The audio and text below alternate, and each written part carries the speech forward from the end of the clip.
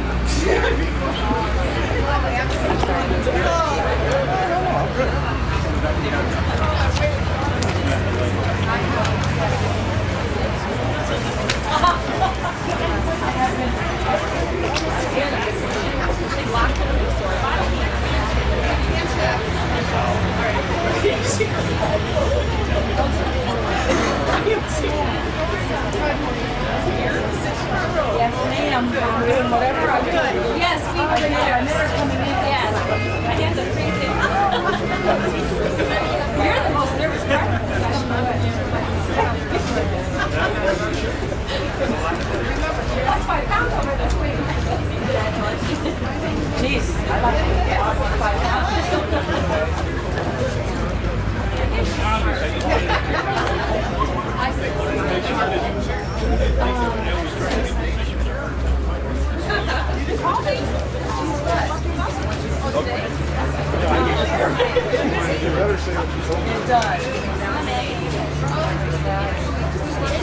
It dresses up very nice. And we called each other for the colors. Yeah. This is a nice looking suit. We're ready. We're ready.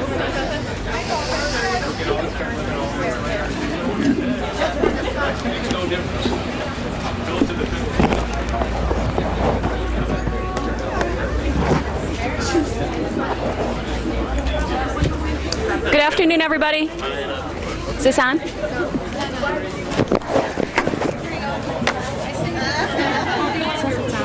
That's mine down there. I don't see a green light. Testing. Oh, may I? Testing. There you go. Aw, thanks. We're ready. Thank you.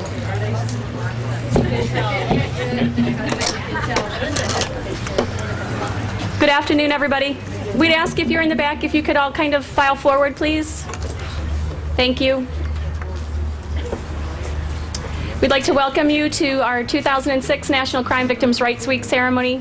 We know that everybody's time is important and it's, of course, valuable, and we appreciate the time that you've given us here today and your support throughout the year.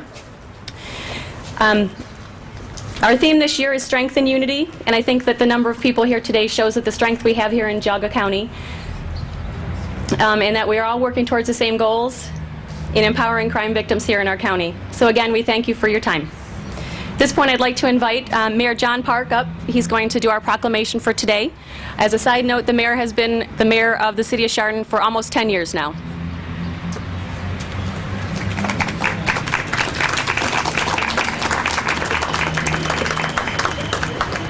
Good afternoon. Thank you for coming. I hope everybody likes the roping. We did that on purpose. If we're all about unity, we wanted everybody to get really tight. So we thought, nah, we want it all really cozy today. So just on behalf of obviously myself and City Council, this is an important week because we're honoring those people who have been hurt the most. And I think by seeing all of you here today, it's a recognition that you not only work hard in your office and your daily job, but I know that's more than just an 8-to-5 job for everybody here. And I just want to thank you personally. It makes my community safer, a better place to live, and also for the victims, it lets them know that there's people out there who really care about them at the most difficult time of their life. So thank you, and I, as a great politician, will not read my proclamation, but I will just hand this off to Tracy. Thank you very much, Tracy.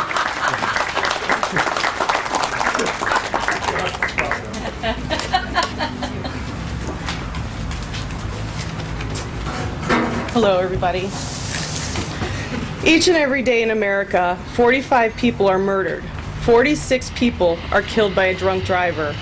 575 women and men are raped. 12,249 people are assaulted. 1,612 women are abused by their partner. 2,482 children are abused or neglect. And over 25,000 people become victims of identity theft. This is each and every day.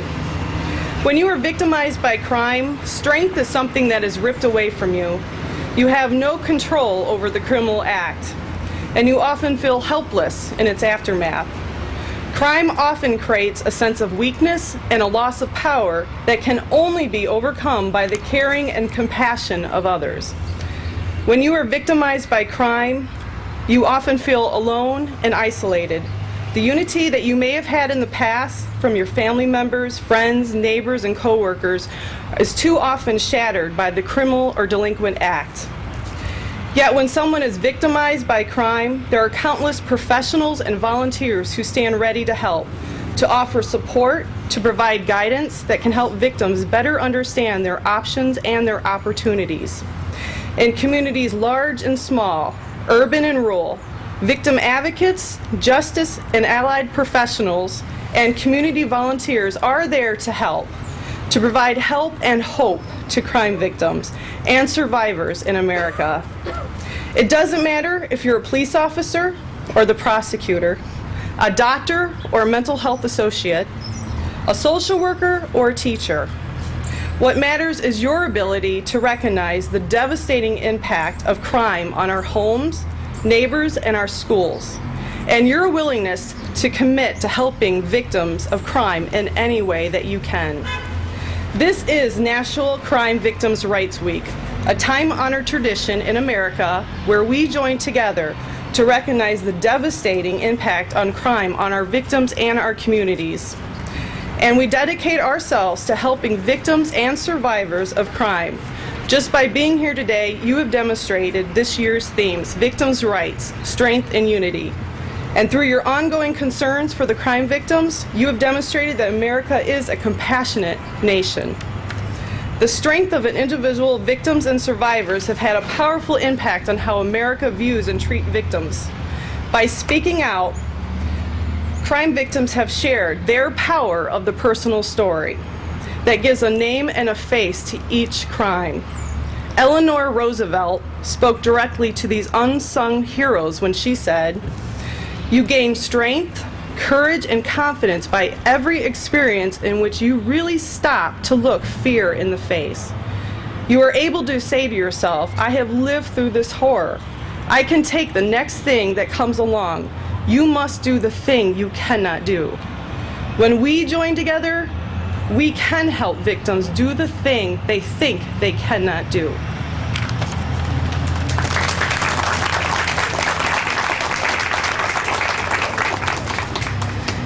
The strength of a proud and prosperous nation dedicated to helping crime victims has been evident many times over.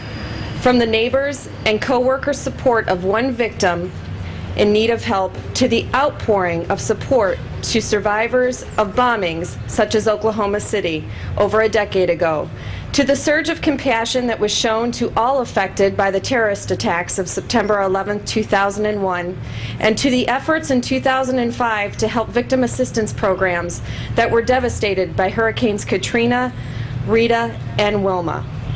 We are here to help in our professional duty and as citizens to support victims of crime. Together we can.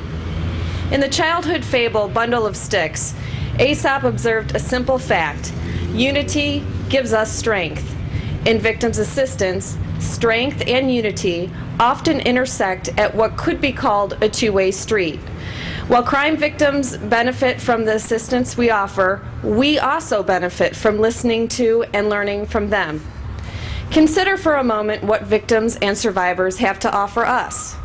They help us understand firsthand about the powerful and devastating impact that crime has on individuals and our communities. They give a face to a crime in America. They show us that one's individual strengths can be multiplied many times over by the simple kindness of others. Crime victims and survivors gain strength from the understanding and assistance they receive from family friends, neighbors, and co-workers who offer greatly needed support. Our unity that surrounds the impact of victimization confronts not only crime and criminal offenders, but also the victims who survive and thrive on our compassion and willingness to help in their time of need. The hopelessness that many victims feel can only be addressed by the helpfulness of people like you. If you think you can't make a difference, just talk to any crime victim who will tell you about one person who did just that. A friend, a neighbor, a co-worker, a neighborhood business person, a health professional, or fellow faith community member, among others. Your caring and concern are the keys to victim assistance. Your compassion does make a difference. A nation that prides itself on and is known for its strength can only be truly strong when its citizens in need of help are served. A nation that proclaims its commitment to unity in its very name, the United States of America, must commit its energies to stand together against crime and for victims.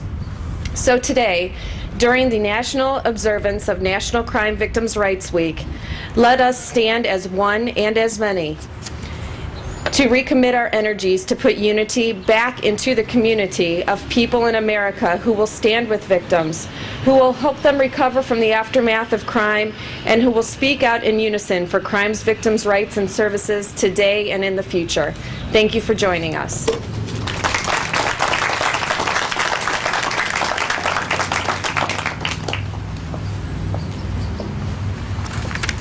We are all here today to increase awareness of and consideration for victims of crime, their families, and the communities they live in.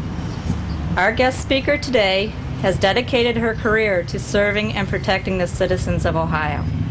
As a former criminal prosecutor and Ohio Attorney General, she saw firsthand how crime affects the victim and the consequences they have to endure. As a state senator, she advocated for Ohio victim rights laws and focused on crime and law enforcement. Currently, as auditor of the state of Ohio, she has protected taxpayers and supported consumers with accountability and professionalism. Betty Montgomery is recognized for excellence in her service, and it is my privilege to present to you our guest speaker, Ohio Auditor Betty Montgomery.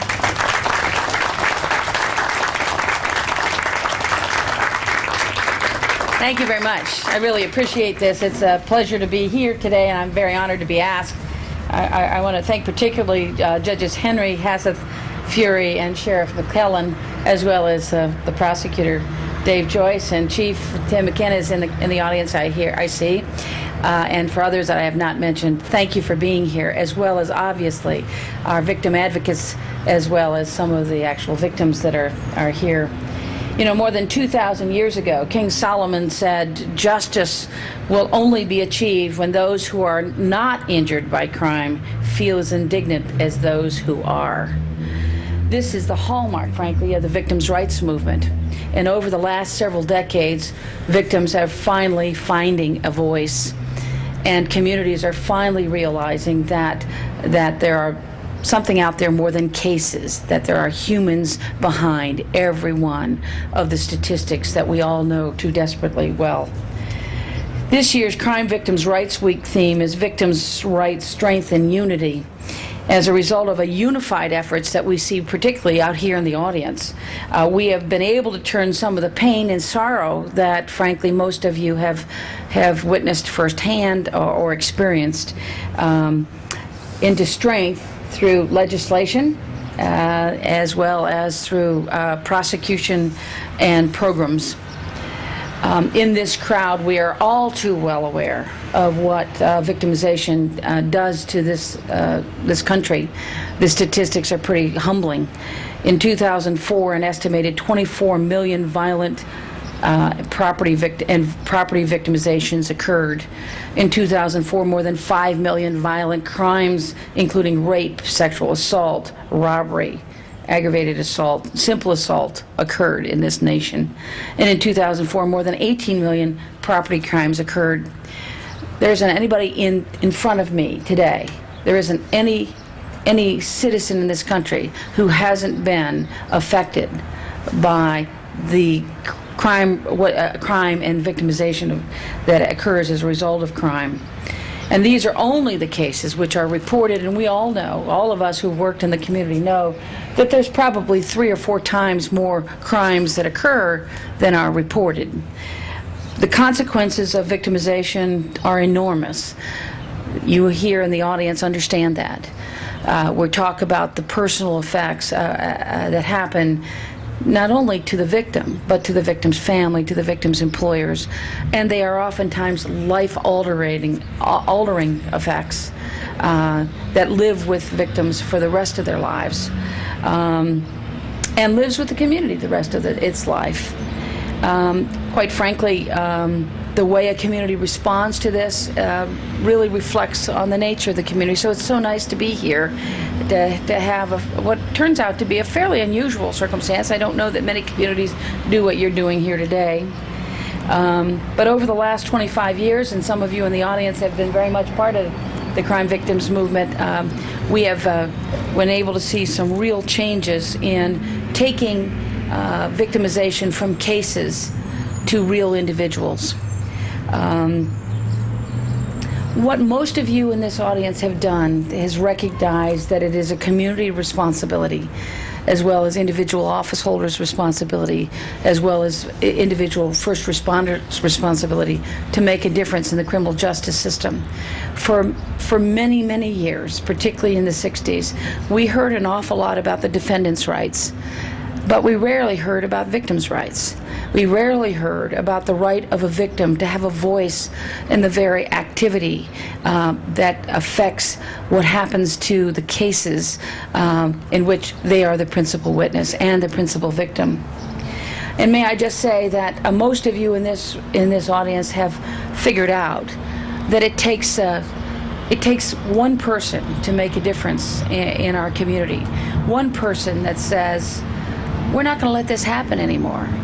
We're going to do something about it. We're going to establish victims' rights offices. We're going to talk to the victims and let them have a voice at every major stage of these criminal prosecutions. We're going to treat them with respect when they enter our emergency rooms. And so you see the growth of sane nurses. You see a whole different way of handling child victims.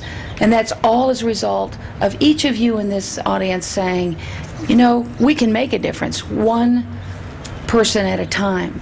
And when we think about that, then we know that we make a difference for our whole community, because it is a place where we want to live and raise our children and know that they'll be saved.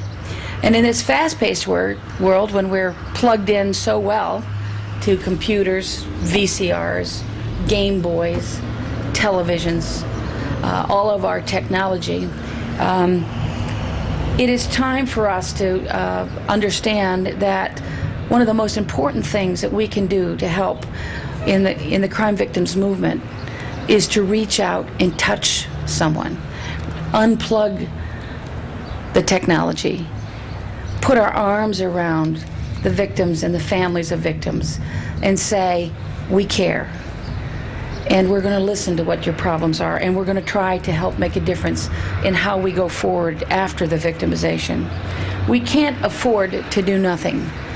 We can do something, and that's what I think this audience has certainly stands before us and understands full well. Edward Everett Hale said that I am only one, but still I am one, and I cannot do everything, but I can do something. And because I cannot do everything, I will not refuse to do what I can do. We are in an audience of givers, an audience that is our first responders, law enforcement officials, crime advocates, judges, prosecutors, victims. Every one of you can be and are a voice for victims, particularly when they don't have a voice of their own. You are there for victims when they most need it. You are there making a difference in the way they handle and go forward from their victimization. There's an old Jewish principle that is honored. It's called tikkun olam, means to repair the world. We know we can't make it 100% better for our victims, but together, in the strength and unity of a community, in the strength and unity of a community that cares about their victims, we can help repair the lives of victims and the families that are suffering from victimization. For all our technology, for all our scientific advances, nothing replaces the human heart, the caring touch, and the helping hand, which you in this audience have offered. Margaret Mead said, never doubt that a small group of thoughtful, committed citizens can make a difference, can change the world. Indeed, it is the only thing that ever does. Congratulations to you all. Thank you.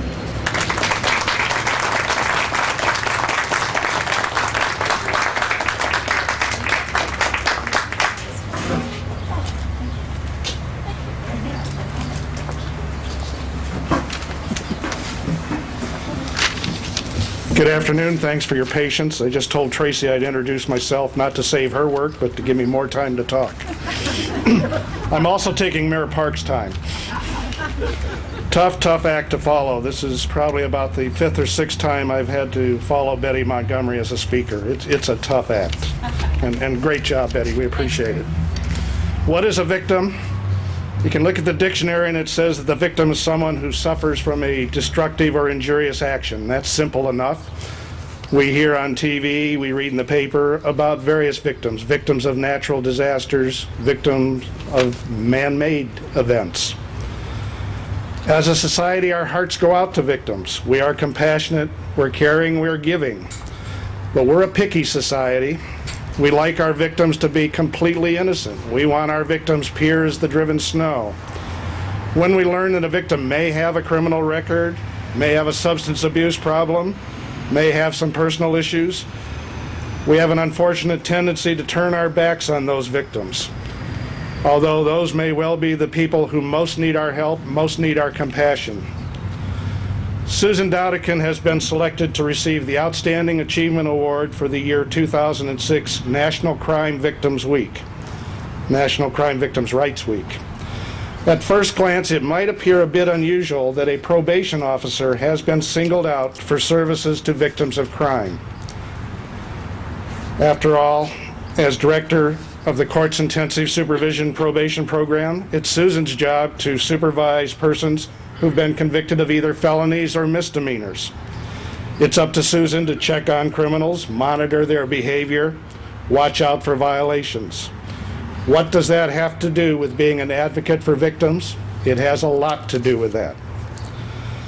As part of her role in the Intensive Supervision Program, Susan has made a point of being sure that people she supervises recognize and acknowledge what effect their actions have had upon the victims of their crimes. Certainly, she enforces the court's orders. She demands that the restitution be paid, the community service be done, the fines paid up. But those are orders of the court. Those are monetary issues. Those are orders that I or Judge Fury or Judge Hassett have imposed. Beyond that, Susan's goal has always been to convince her clients, her probationers, to own up to what they've done, to recognize and apologize, to do what's right. And on several occasions, Susan has managed to get the victims together with the offender so that the offender can not only apologize, but look the victim in the eye and vice versa, so that the offender knows, here's what you've done to this person. And you darn well better be sorry for what you've done and make it as right as you can. Nobody can ever make it totally right. But Susan's goal, and she succeeded quite admirably, has been to make those offenders own up and make the victims feel that they too are people who have rights, they too are people who deserve to be respected. All too often the people who are in probation, whether it's ISP or the other probation, they have been victims themselves. While being a victim certainly doesn't excuse their commission of a crime, the fact that a probationer has also been victimized must be recognized and dealt with. Susan has the remarkable ability to be firm and strict as a probation officer while being compassionate and empathetic to that person as a victim. I've known and worked with Susan for 25 years. I think she was in elementary, I was probably high school. My relationship with Susan started when she was the intake officer in juvenile court, continued to work together while she was at Women's Safe, then Crossroads, and since 1997 she's been our intensive supervision probation director. In all of those positions, all of those roles, Susan has been an advocate for those who have been victimized. I'd like to paraphrase something that's written on the award that Susan's about to receive.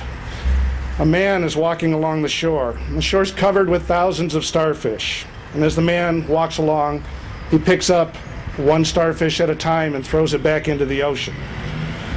Another man walks up to him and laughs a little bit and said, "What are you doing? There's thousands of these on the shore. You can't possibly save them all. Why do you bother? You're not saving enough to make a difference." The first man picked up another starfish, threw it back into the ocean, and said, "Makes a difference to that one." I'm ashamed that on occasion I've said to Susan, "Why are you bothering?"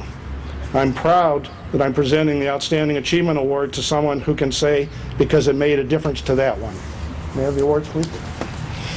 Would you please join me in congratulating Susan Dowdican as the recipient of the 2006 Outstanding Achievement Award.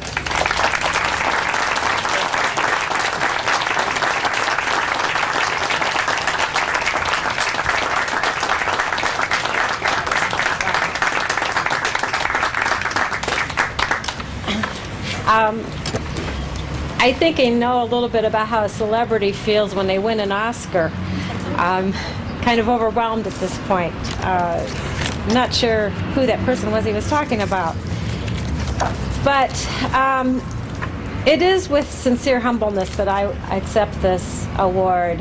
I genuinely, from my heart, appreciate receiving these plaques, which I haven't had a chance to read yet, but they're beautiful when I look at them. I also want to give, though, my most heartfelt thanks and grateful thanks to all those devoted and dedicated individuals who every day reach over and above in their duties, assisting the victims of crime, those people that are in the criminal justice system, the mental health services, the medical field, all the volunteers, everyone here who go over and above to assist victims and that do help to keep our community safe.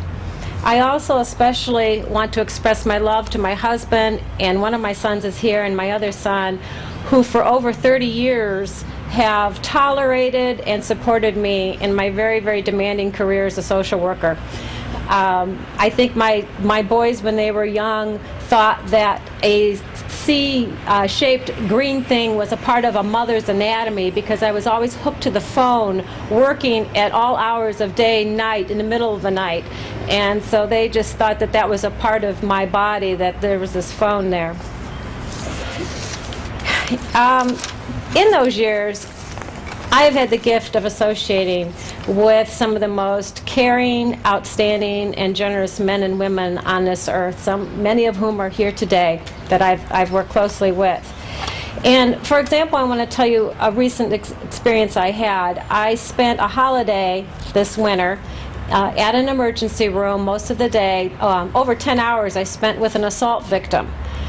And by my side were 3 doctors, a forensic nurse and an RN, a detective from a special victims unit, sheriff's deputies from Cuyahoga County and Geauga County, battered women's shelter staff, a victim advocate. At some point we also had to get involved a lawyer, another probation officer, a bailiff, and a judge. This experience totally exemplifies the truest meaning of this strength and unity. Because of all of us working together to assist and support that assault victim, her abuser has just currently been indicted on 4 major felony counts. And so we're hoping to see justice served for this criminal activity. All that being said, though, I want to end with this, and this is my most major point. As the judge mentioned, I've worked on kind of both sides here. I've worked with victim advocates, or with victims as an advocate all of my career. I'm also, the last 9 going on 10 years of my career, have been working with the offenders placed on probation, who have also, some of them, been victimized in their lives. So I have been blessed in that various types of victims from all walks of life have allowed me to enter into their lives in a time that is very difficult, when they're feeling most vulnerable, and when it's an extremely emotional period for them.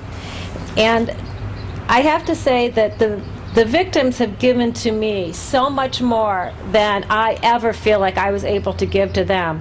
Victims have taught me about courage, perseverance, surviving, and forgiveness. And for that, today, I will remember them and I will honor them. Thank you.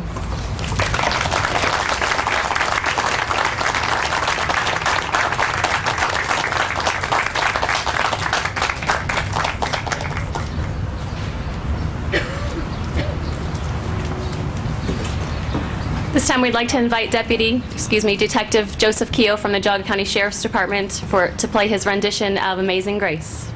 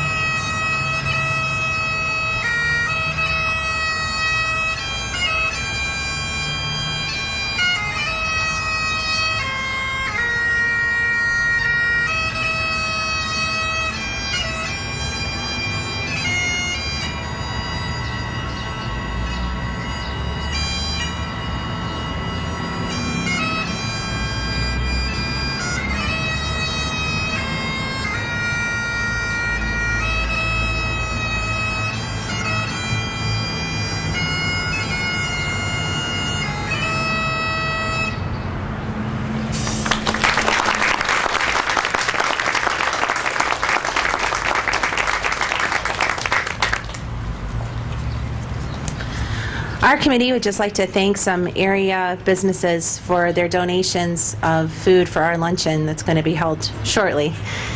We'd like to thank Bass Lake Tavern in Chardon, Zeppi's Pizza in Chardon, Pizza Hut in Chardon, Marco's Pizza in Chardon, Cap's Pizza in Chardon, Giorgio's Oven Fresh Pizza in Chesterland, Heinen's in Chardon, Mr. Hero of Chardon, Yap's Time Out of Chardon, Subway of Chesterland, Walmart in Middlefield, Giant Eagle in Chardon, and Subway in Chardon.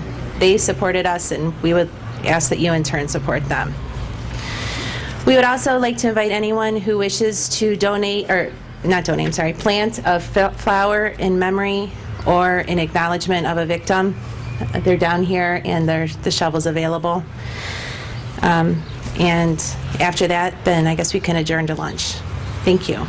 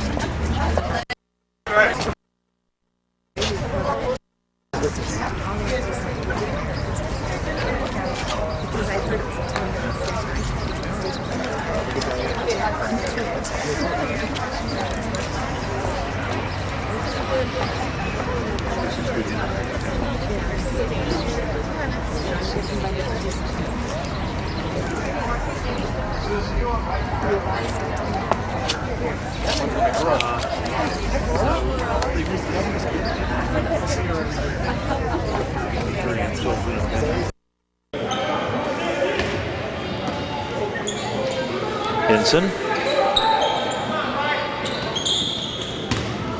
Jarrell Jones drives and got bumped on his way to the basket. Foul will be on Matt Guerreri, his second. 7th on the team, but they're going to call that a shooting foul, so Jarrell Jones will have a chance to go to the line to shoot 2. Jones, a 45% free throw shooter. Right now in the ball game, 10 out of 17 for Central Catholic, make that 11 out of 18, so that is 61%.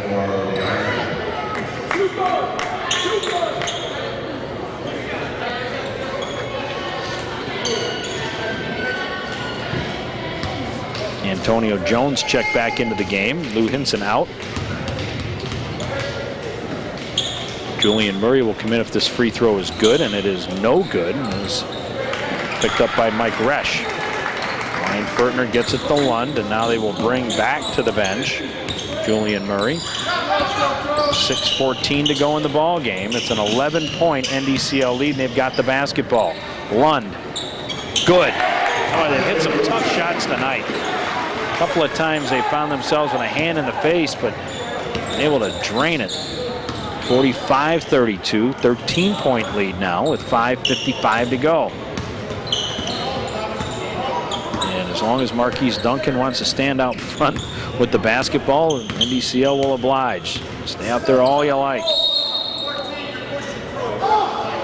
Tom Lund trying to bust through a pick, gets called for a push. Lund will pick up his second, 8th on the team. To the line is Delvon Goodwin. He will shoot 1 and 1. Goodwin has not been to the line. He's a 30% free throw shooter, and that one falls. He's got 3 points.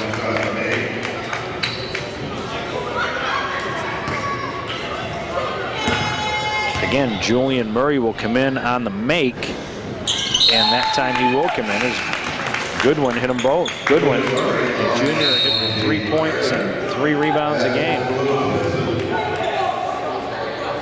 Hinson will come back in as well.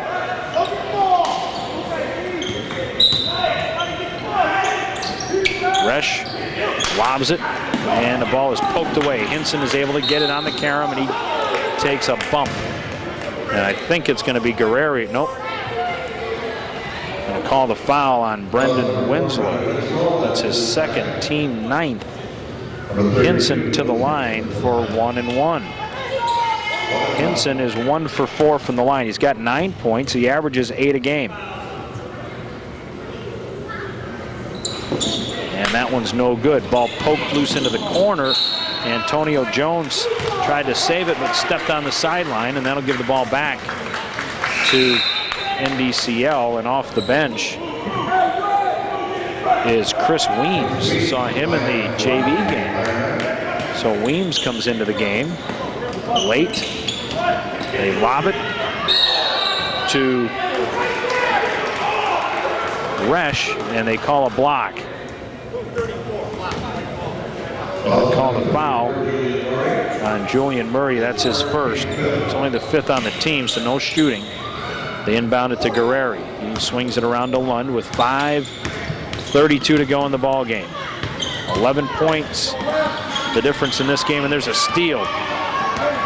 Terrell Jones short on that. Antonio Jones got the rebound, and he gets fouled. Big swat out of bounds there by Resch, but they're going to call Guerreri for getting there first. So to the line is Antonio Jones, 2 for 2 tonight.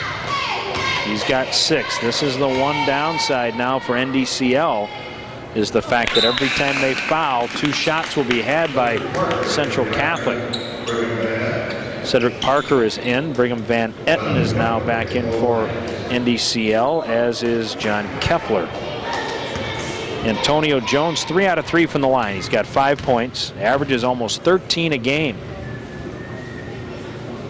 That one is in and out. Resch had it, lost it to Van Etten. And he needs some help. 10-point bulge, 5:12 to go in the game. Lund. Central Catholic's intensity on defense has truly picked up here over the last 4 or 5 minutes of this game. There's a fadeaway by Lund, and he hit it. Tommy Lund hits that fadeaway. 37-35. Hard to defense that shot. Gotta really have a hand in the face. Hinson with it. Driving against Lund. Got it blocked out of bounds by Mike Resch. Marquise Duncan in. And Murray is out. Cedric Parker to inbound. Terrell Jones swings it around to Hinson. Hinson will drive. He'll put it up. It'll roll in. Lou Hinson has 11. Back to a 10-point lead now with 4:24 to go in the game. Lund wants everybody to clear out so he can bring it across, and he does. Try to force it down low to Weinfertner, got stolen away. Antonio Jones with it now. Jarrell Jones down low to Parker. He spins off the glass and good. Cedric Parker hits it.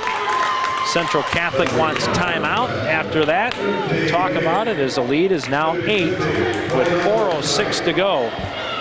There's a 30-second timeout, so we'll keep it right here. And we should tell you that if you're a nonprofit organization from our funding community, you can send us your announcement, any announcement of interest, at GTV, Post Office Box 336, Chardon, or you can fax us at 440-285-9897, or you can email us at geaugatv@altel.net. Well, the lead had been 15 at one point. Now it is down to 8. NDCL with the basketball, and Marty Highland, the coach from Central Catholic, called a timeout as soon as that went in to try to get some sort of a defensive scheme in there. Lund up ahead to Van Etten. NDCL no problem with that pressure. Cross-court pass to Kepler. They give it to Weinfertner. He almost lost it. They go back out front to Lund. Important for NDCL right now to get good shots. They don't have to shoot the ball. Obviously up by 8. Don't need to force any shots, I should say. You certainly don't want to pass up any good ones, but pressure certainly on Central Catholic to get some stops here as we've come under 4 minutes to the 3:47 mark. Lund to inbound. Gets it into the corner. Weinfertner finds Resch down low. Back to Van Etten, and he puts it up and count the basket and the foul. Brigham Van Etten with a chance for a three-point play. And the foul is going to be on Marquise Duncan, his first, team 6. Van Etten to the line, a 73% free throw shooter on the season. NDCL 65% three-point play. 50-39, big hoop there. Antonio Jones, get that one swatted back by Van Etten. 3:33 on the clock now. 11-point lead, Jarrell Jones will back it out. Duncan to Hinson. Hinson, the baseline against Van Etten and off the glass and good. Lou Hinson has 13. Ryan Furtner cross court to Kepler. Kepler drives up the sideline, breaks the 10-second. Resch drives to the hole. Reverse layup is good. Mike Resch. Oh, boy. 3 minutes to go. Still an 11-point lead. Rob Plumlee, his gang going on the sidelines. There's a foul, a push from behind, and we'll walk down the other way for NDCL's first 1-and-1 of the night.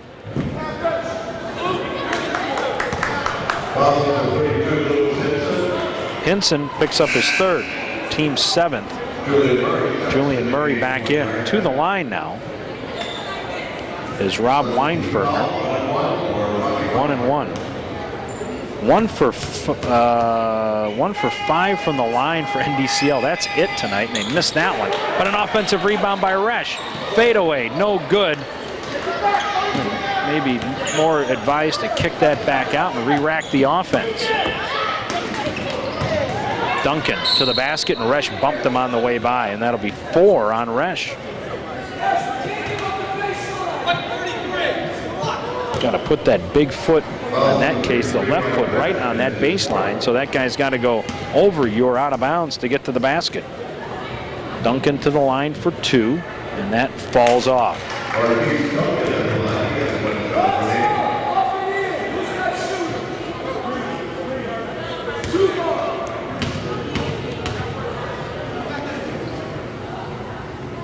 That one's good.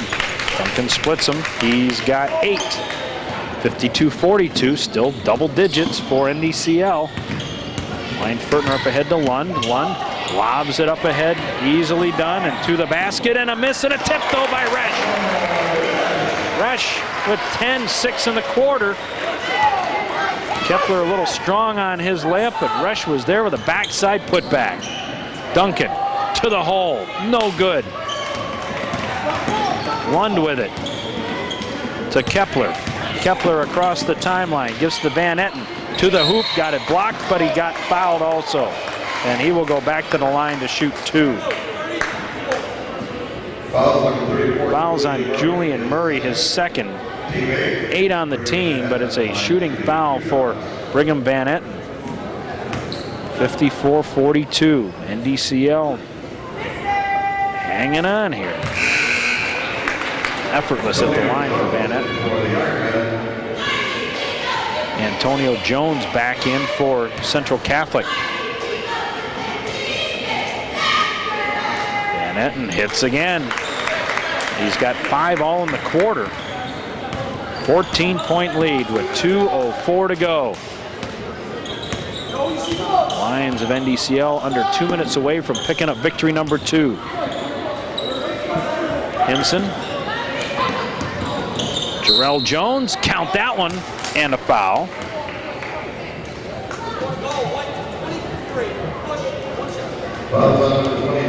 John Kepler will pick up his third. Jarrell Jones to the line where he's 1 for 2. Looking for the 3-point play to cut the lead to 11. There it is.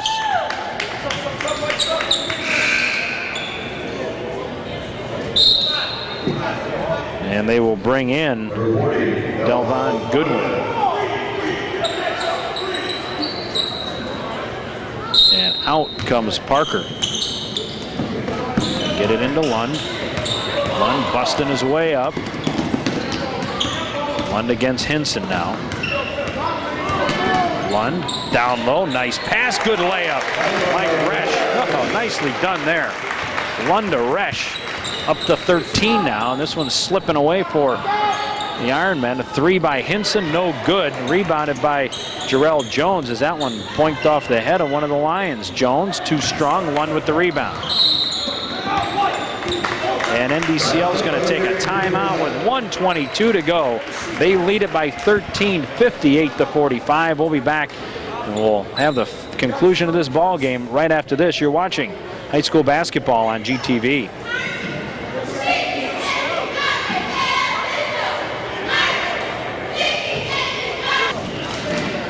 All right, here we go in 10, 9, 8, 7, 6, 5, 4.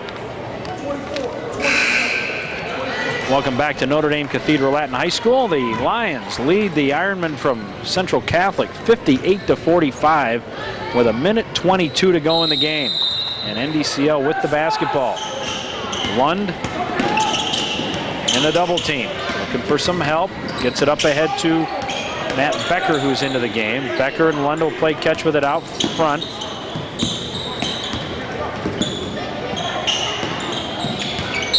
And Becker gets fouled, and he will go to the line to shoot a 1-and-1.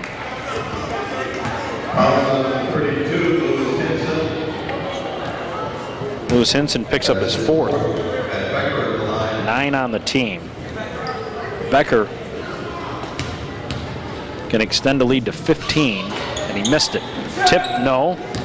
Rebounded by Hinson. We are exactly 1 minute to go in the ball game. Hinson drives to the hoop, missed the layup. Rebound, count that one, and a foul. Julian Murray with a 3-point opportunity.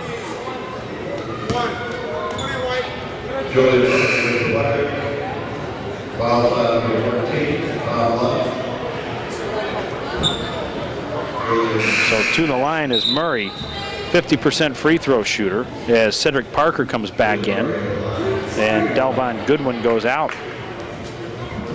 Julian Murray, that was his first basket of the game.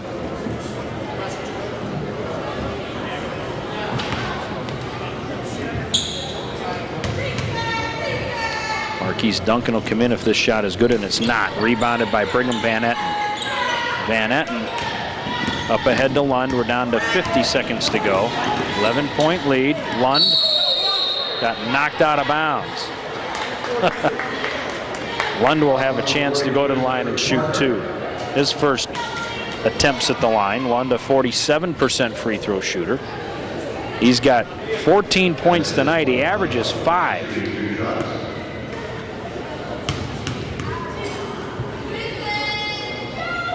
That one's no good. Guerreri back in, and Duncan back in for Cleveland Central Catholic.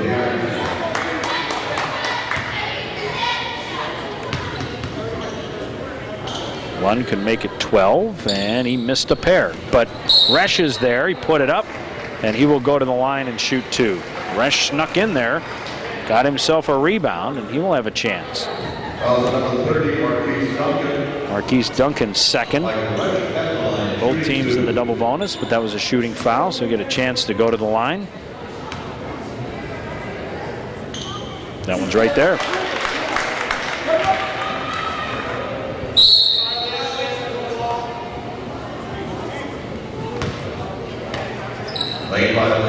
Lane violation. So that'll give the ball to the Ironmen. Jarrell Jones with it with 40 seconds to go. It's a 12-point lead. Duncan, with a hand in the face to Jones. Jones for 3, no good. And it is rebounded by Van Etten. Van Etten will lob it up ahead to Resch. Back they come. That is Guerreri. Guerreri got it kicked out of bounds. 22 seconds to go, 59-47. This one all over but the shouting right now. NDCL jumped out to a 23-8 lead and basically have kept it that way. Van Etten, a little hook shot.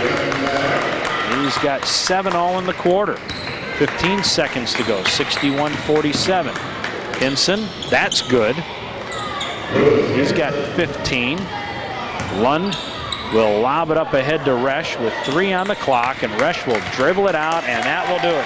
NDCL with an outstanding victory tonight as they take on Cleveland Central Catholic and beat them by a score of 61-49. We'll take our final break. We'll come back. We'll have the final numbers, and we'll wrap it up. 61-49 is the score. NDCL the winner. We'll be back right after this. You're watching high school basketball on GTV.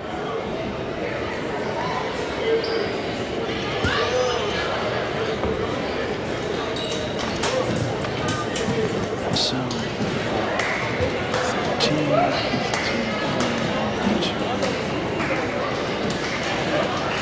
26, 36, 49, 46, 48, 361.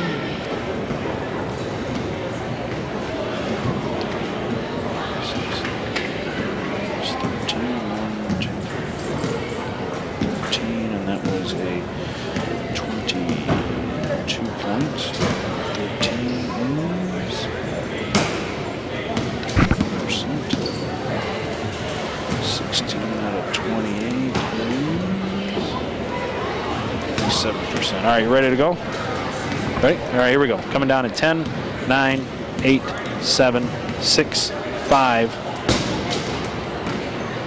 Well, welcome back to NDCL. The Lions with a good victory tonight over Cleveland Central Catholic, 61-49. Let's get into the scorebook. Jarrell Jones had 8. Marquise Duncan with 8. Lou Hinson with 15. Julian Murray with 2. Delvon Goodwin with 4. Cedric Parker with 7. And Antonio Jones with 5. That's 49. 16 out of 28 at the line for 57%. They hit 1 3-pointer. For NDCL, Brendan Winslow hit 2. Brigham Van Etten had 7, all in the fourth quarter. Matt Guerreri had 4. 13 from Tom Lund. Rob Weinfertner had 15. John Kepler with 5. Matt Becker with 2. And Mike Resch with 9 in the fourth quarter, 13 on the night. That adds up to 61. The only thing NDCL didn't do well tonight is shoot free throws. 5 out of 13 for 38%. The way this thing started, NDCL jumped out to a 15-point lead, 23-8 after the first quarter. They were outscored 10-7 by the Ironmen in the second quarter. We went to halftime 30-18. It was a 10-9 third quarter for the Ironmen. They closed the gap by 1 more, and we ended the third quarter at 39-28. But then NDCL outscored the Ironmen 22-21 in the fourth quarter, and we end up at 61-49. Well, that's going to do it from NDCL. For our executive producer, Dave Jevnikar and Jeff Graw, I'm Craig D saying so long. I'd like to again thank our funding communities tonight: Burton Township, Burton Village, Chardon Township, the City of Chardon, Hamden Township, Middlefield Village, and Munson Township. We'll see you Saturday night out at Cardinal. It is Berkshire girls versus Cardinal girls. Looking forward to seeing everybody out there. The final score again, it's NDCL 61, Cleveland Central Catholic 49. Have a good night. Sunday. There. That deed is done. She's bringing down a charge that has to be keyed in too. Karen is. Okay, I am done with this.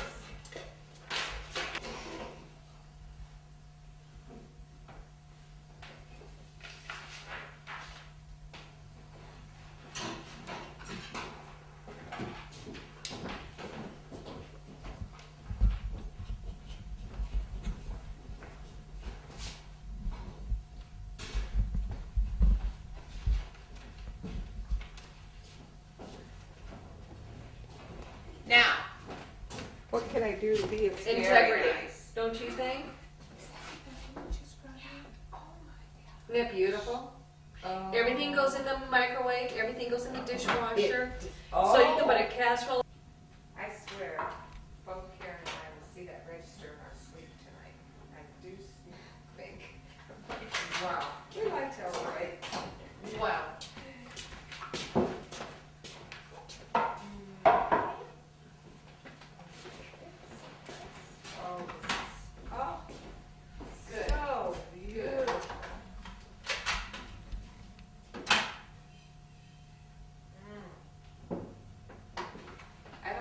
Putting it in my dishwasher.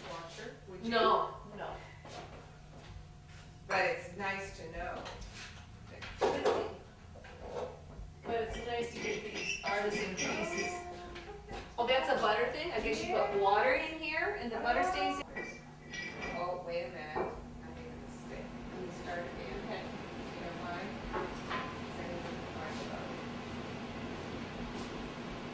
I did my own thing. That was another one. But we like this job. We do. We texture it. Yeah. These are the things that we like these things.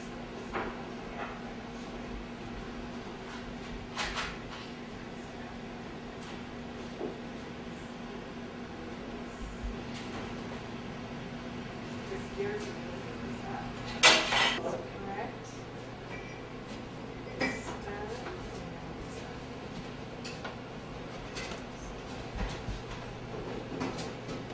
Yeah, when you're staging something, if you have a lot of one time, it makes it really easy. Roll the colors together. I did it at the store, the country store. Yeah, so it's, it's not rainy or anything, but it's a little cloudy. What's it like, Jeff, outside? Is it nice? It is 38 degrees. It's partly cloudy. It's 38 degrees. We have a TV guy here. It's 38 degrees and balmy. So, okay, well then 5 o'clock. Upstairs, cut now. Overdose.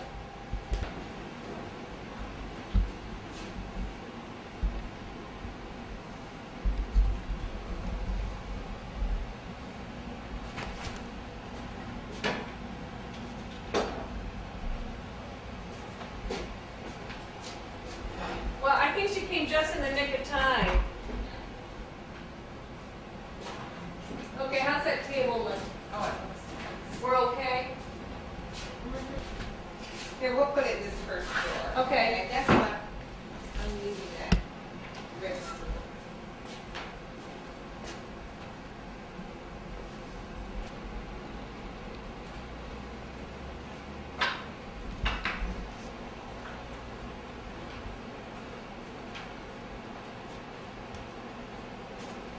Are you able to bring that charge down, or do you want to do it another day? Whichever way. Answer that or not. She had to buy she's right now, so. And what does she have? That's Karen. She's got a charge that was, everything has to match up. I like that. You hold it. Yeah. This looks